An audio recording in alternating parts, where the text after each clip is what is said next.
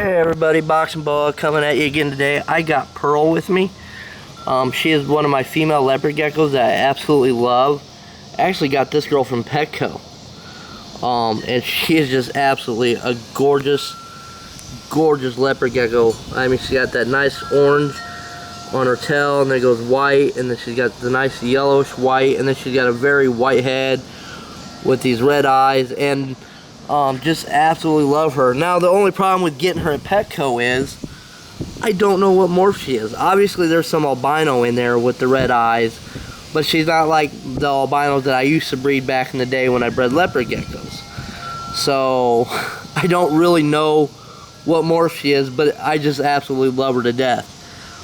She's obviously got some patternless. She's probably a patternless albino is what I'm thinking. Something along them lines.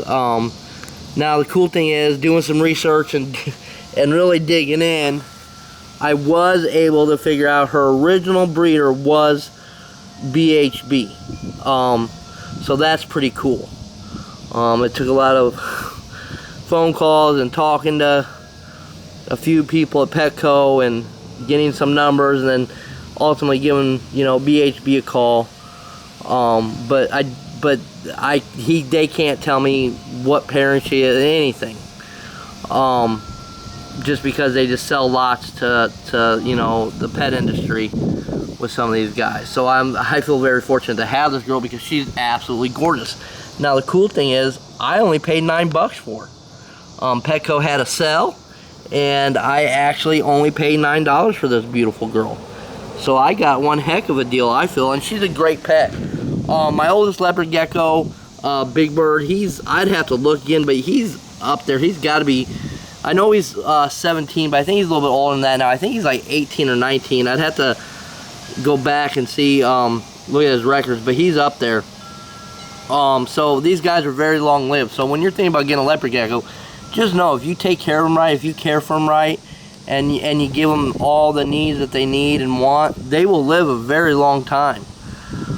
So they're not a throwaway gecko. They're not a gecko that you can get and think, oh, it's only going to live 2 or 3, 4, or 5 years. No, I have one that's over 17 years old.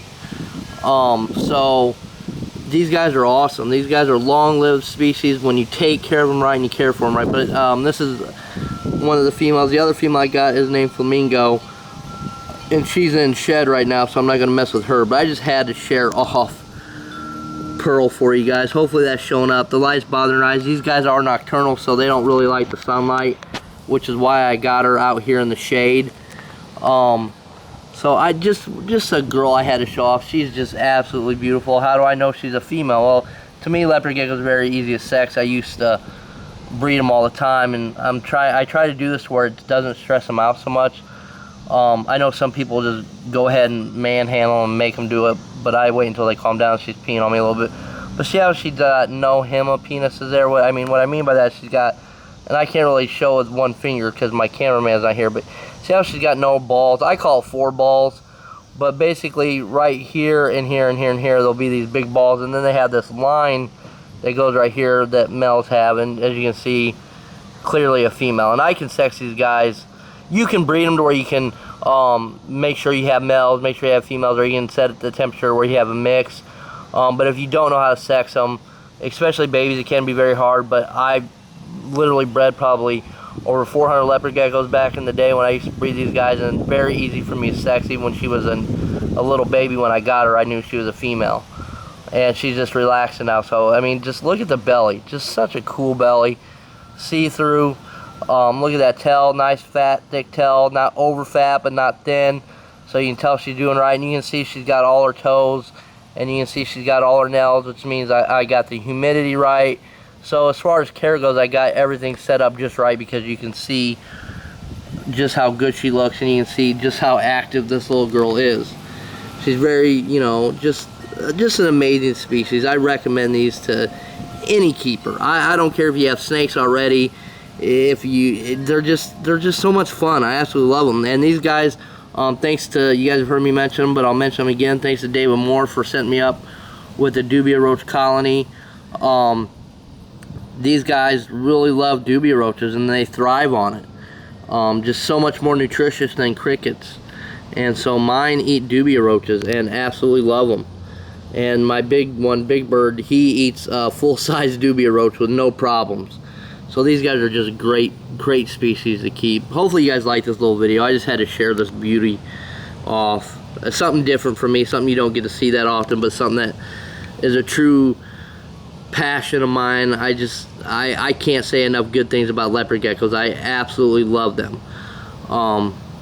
You know, I just do. I just absolutely love them. Just a side note, do I think they're a good beginner species for children? No, I don't. I know a lot of people get them for their kids, but the only reason why I don't think they're a good beginner species, I mean, they're hardy. It's not that they're not hardy, it's not that they're not a good beginner species, but they're not something that you can really, you want to touch and handle every day. I mean, you can get them to where they tolerate it, but these guys are active at night. You know, they like to be left alone. They can drop that tail right there.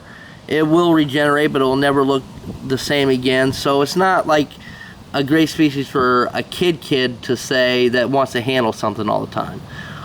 They can be a little ornery and stuff like that. Nothing that'll hurt you. But I don't know. Maybe it's because I have such a love, and just these guys touch my heart in a special way. Maybe that's why I don't really like them for little kids. I don't know. I could be wrong. Just my personal opinion.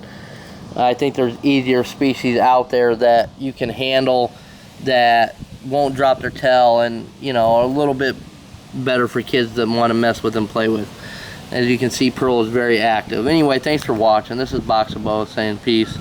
And once again, like always, please like, click, share, and subscribe. As I always say, if you have any questions or comments, just please leave them down below, and you know I will get back to you. I really do appreciate it. I'll talk to you guys later. Peace. Pearl. So beautiful.